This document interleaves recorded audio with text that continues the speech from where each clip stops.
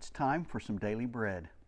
And today we're in Job chapter 23. I want to start reading in verse 8.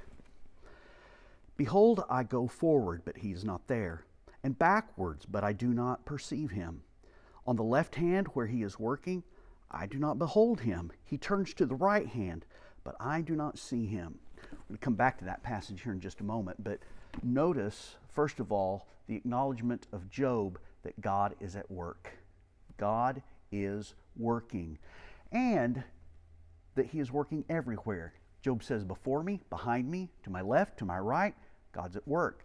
But the second thing, obviously, is that Job also acknowledges that I can't see his working. I can't perceive that work taking place. God works despite our inability to know and understand exactly what he's up to, how he's doing it, and to what end it's being done. You know, not knowing tends to bother us. We might want to ask ourselves the question, how do I know God's at work? And very often do we not want to answer that by saying, well, look here and look there. Look what I can see and look what I believe I can understand and know about the working of God. But remember, the very foundation of our relationship with God is faith. And faith functions in the realm of not seeing. We walk by faith, not by sight. And so we have confidence that God is at work, but we also have to get comfortable with the idea that God can work and he's not obligated to tell me what he's doing or what he's up to. But that brings us to a third point, and that is that our confidence is that as God is working, it's always going to be for what is best and good and right.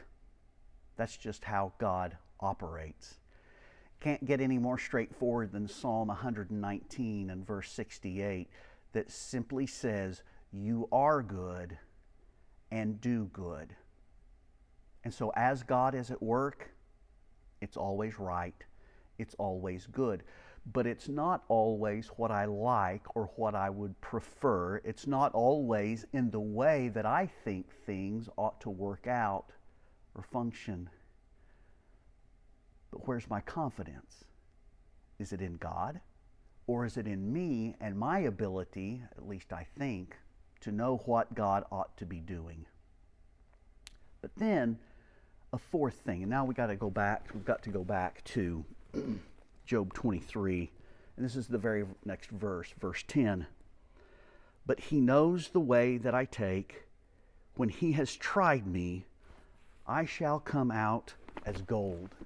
So even though I don't know what God is doing and how he's doing it, he knows what I'm up to. He knows everything that I do and think and say. God knows. But then there's that last half of that verse where he talks about being tried and coming out as gold. That reminds me of the words of Peter from 1 Peter 1 and verse 7, where he talks about the genuineness of our faith, though tested by fire. You know, gold is purified by exposing it to extreme heat. And in that extreme heat, the gold remains, but any impurities that are in it are burned away.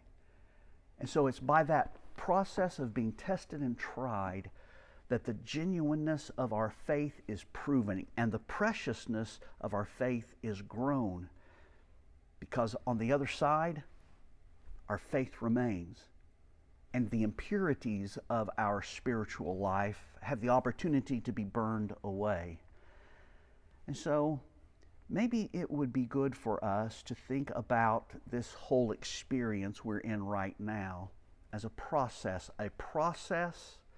in which our faith is able to be grown and strengthened. Doesn't mean it's pleasant, doesn't mean it's what we would prefer or want, but on the other side, we may very well be able to stand with a faith that is better than anything that we've had before, that our faith is truly genuine and precious not only to ourselves, but before God.